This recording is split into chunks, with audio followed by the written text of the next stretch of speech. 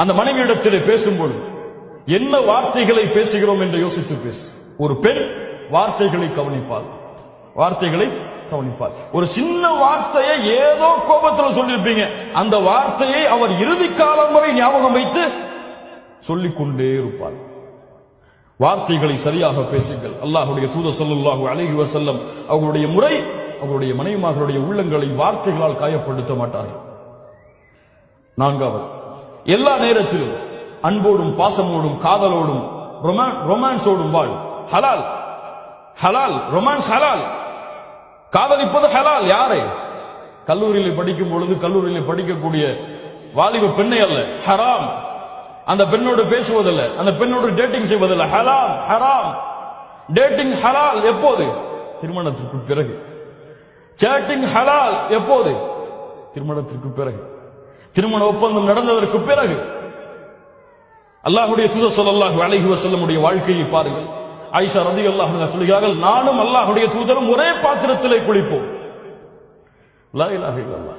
இருவரும் மாறி மாறி ஊற்றிக்கொண்டு குளிப்போம். எத்தனை பேர் நம்முடைய மனைவிமார்களோடு குளித்தவர்கள்? லா இலாஹ இல்லல்லாஹ். திருமணம் முடிக்காத வாலிபர்கள் இருந்தால் கொஞ்சம் பொறுத்துக் கொள்ளுங்கள், அல்லாஹ்விடத்திலே பிரார்த்தனை செய்யுங்கள், கற்பனையில் மூழ்கி விடாதீர்கள். லா இலாஹ இல்லல்லாஹ்.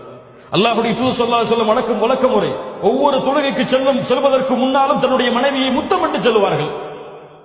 யாருடைய வழிமுறை? முஹம்மது ரசூலுல்லாஹ் ஸல்லல்லாஹு அலைஹி வஸல்லம் உடைய வழிமுறை. தொழுகைக்கு செல்லும் பொழுது முத்தமிடுவார்கள் தன் மனைவியை. இன்னைக்கு பக்கத்துல வராதீங்க, உது செஞ்சிருக்கீங்கன்றாங்க. லா இலாஹ இல்லல்லாஹ். சுன்னah.